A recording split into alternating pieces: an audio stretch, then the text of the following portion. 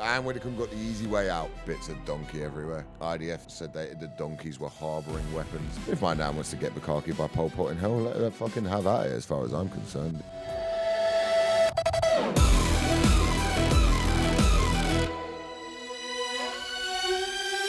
Welcome back to the Steel Show, people.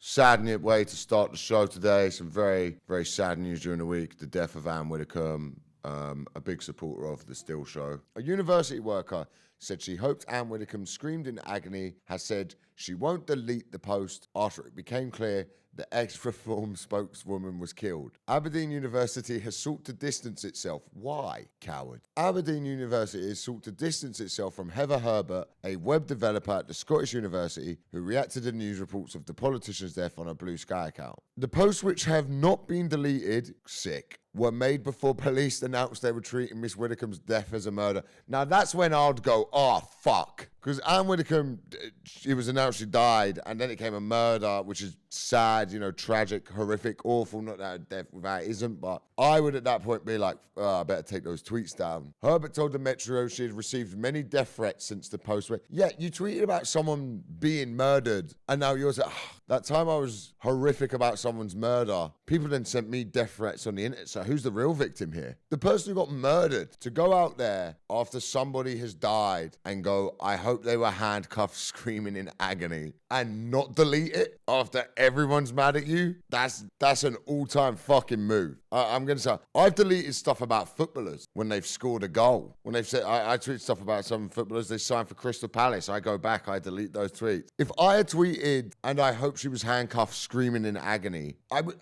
would absolutely delete it. I would absolutely get out of there, but not Heather. Stood by her bit. I hope when I go, the world will write things like that about me. I don't think this was a great sentence to maybe put out in the ether. Perhaps one for the group chat. And she put it on BlueSky, which is the woke Twitter. But now that a lot of people are quite rightfully angry about this. But I gotta say, I was gonna take the piss out of Heather Herbert. She's a web developer at the University of Aberdeen. So I think she'd understand the internet a little bit more here. Obviously, I don't want to see anyone murdered, but I'm not sad she's dead. Uni of Aberdeen, what's that got to do with him? If you go out and get a drink on a Friday night and break a glass, is that the Metro's fault? Won me over with that. Fuck yeah. Oh, that got me hyped. That's like the Chicago Bulls theme tune when they're that I want that. That is there, by the way, people. How you deal with anything. That is how you deal with it. Because this should be a clear-cut case. On the threats after the BlueSky post, she explained, I do feel it's somewhat telling that death threats are from people who have for the last few years called me a snowflake for being upset, that they call me a pedo or a groomer or a freak. That took a turn. It's almost like the campaign for free speech isn't really about free speech. I look forward to my 3-page uncritical article about how I've been cancelled. This is a fucking blinder. Explaining the handcuff to the bed screaming in agony post, she said it's a story from when Anne was a prisons minister. She apparently complained that a female inmate in labour wasn't chained to the bed in order to prevent her escape. It's disputed.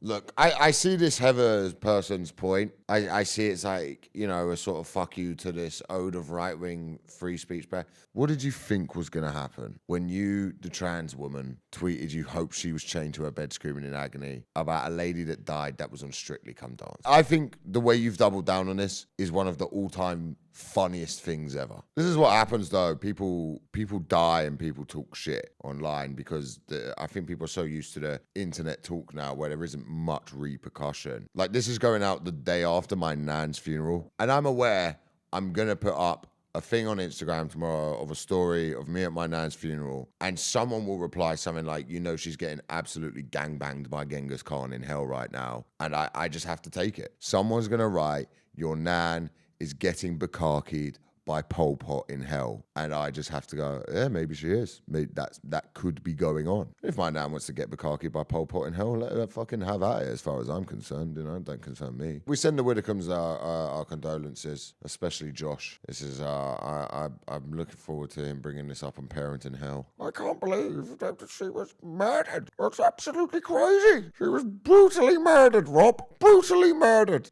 My dear, dear sweet mum. Oh, bloody hell, Josh, that's crazy. That's absolutely insane. I know, Parenting Hell. I tell you, it was bloody Parenting Hell. My mum was brutally murdered, and then some He went out and tweeted a laugh about it. What a fucking episode of Let's read up about Anne's personal life. A 2001 report in The Guardian stated that she had a 3-year romance while studying at the University of Oxford. It'd be so funny if the University of Oxford distanced itself. Widdecombe had a fondness for cats and other animals, including foxes. Sounds nice. And in 2014, she visited the safe haven for donkeys in the Holy Land, the donkey sanctuary in the West Bank. She went to the West Bank and sponsored donkeys, walked over the bodies of smouldering Palestinian children and went, yes, but nobody has thought of the donkeys. The real victims in all of this genocide are the donkeys. That is fucking insane. To go to the West Bank and the only plight you understand is that of a donkey. That's like going to a cobalt mine in the Congo and being like, yeah, but you see what's happening to the cockatoos in the area? Never mind the children like breathing in sulfur. There's a shrew that's having a bad time here. So we're going to set up a charity for the shrews of Congo. The shrews of the Congolese sulfur mines. I mean, fair play to her. Like, I've never really considered the plight of the Palestinian donkey before, but maybe that's on me. Maybe that's on me being an arsehole. So maybe Heather needs to find that out. Once Heather finds out that Ann Widdecombe was running a Hamas donkey sanctuary, that'd be so. That's what's gonna happen next, isn't it? Netanyahu's gonna just bomb the donkey sanctuary and say it was a weapons cache for Hamas. Bits of donkey everywhere. IDF said that the donkeys were harboring weapons. So, and Heather here, that like, this is where I'm gonna say to Heather, as a comedian, I respect what Heather's doing to go out and just say that, talk that shit, and not back down. I respect that.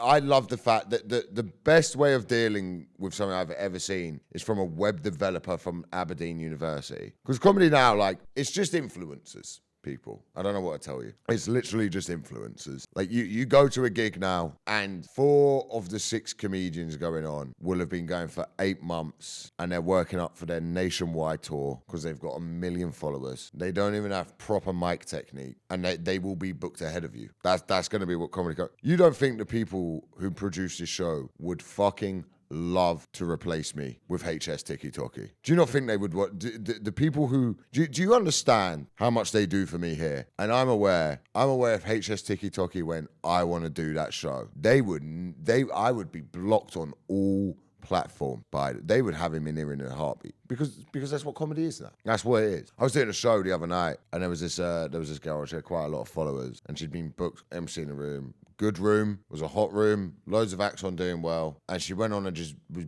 bombing. And I was talking to one of the people who work at the club, and they were like, but why is she not doing well? She's got like all these followers. And I was like, yeah, she's just hot. Men will just follow hot people. Hot people do things, people follow it. And now we have this scoreboard that is Instagram, and just some hot girl goes on there and goes, here is my attempt at a joke. Here it is. With her tits out. And then loads of simps in the comment go, ha ha ha, and follow them. And now I can't get fucking booked. And then they're on stage being shit. And they're taking, and then some idiot in the crowd will be like, well, did you see women aren't funny? And you're like, no, that woman isn't. There's tons of funny women, but that one there specifically, no, she wasn't. When AI first started coming into thing, I thought it was going to be used for vaccines, maybe end world hunger. I didn't realize AI was taking my job as a comedian. I didn't realize I was going to stop going to say, this is what I'm up against, people.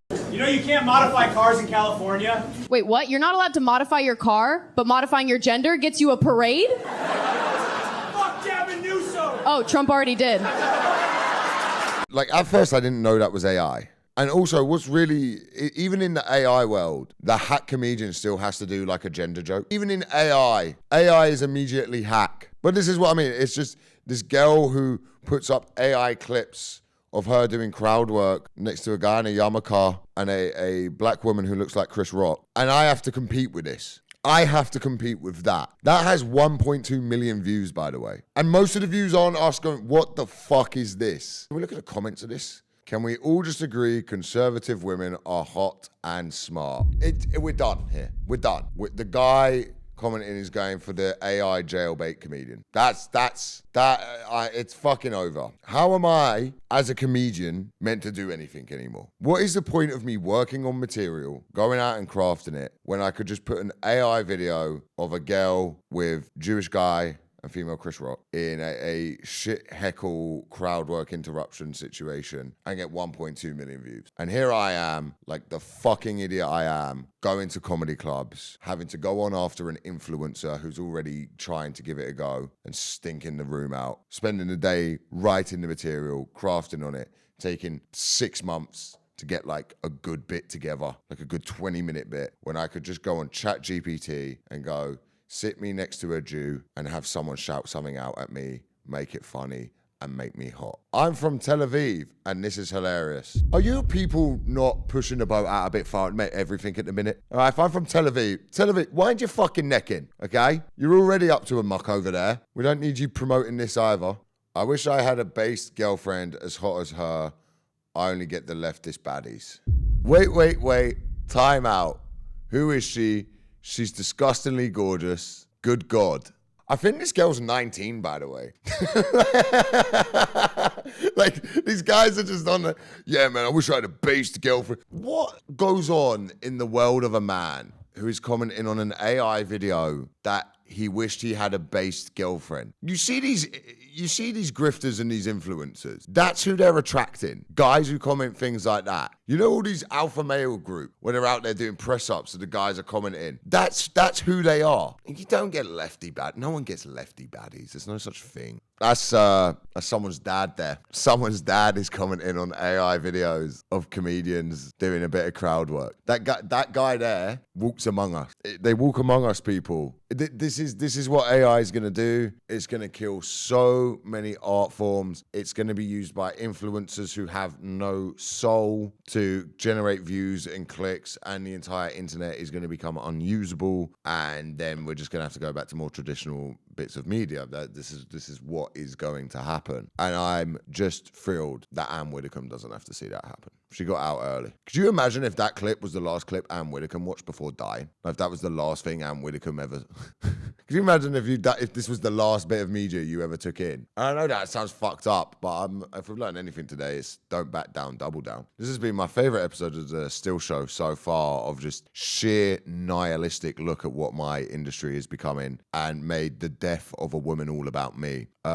Which in a way is what it's all about. Like, subscribe, comment. I'm actually interested in the comment section, by the way. Let us know what you make of that. Do you guys like that stuff? Is this what you guys want? Do you just want an AI me doing this instead? Because if I don't have to get up and come and do this, and we could just AI it, I'd do it. But this is what the world is going to become. Like, this is it. Every art form you like is going to just be destroyed. No, and it's not AI's fault. It's not AI. It's influencers. Influencers are talentless, voidless, decrepit demons. I gig with them. They go on stage. They're not any good. And then now they're just going to use AI videos to find a way to get more views, to get more clicks, to sell you whatever fucking necklace that they need to sell that they say has healing powers or some shit. And people will buy it up. Look at the comment section of this. It's all fucking simps. Just, oh, please notice me, AI baddie. It's the world we live in, people.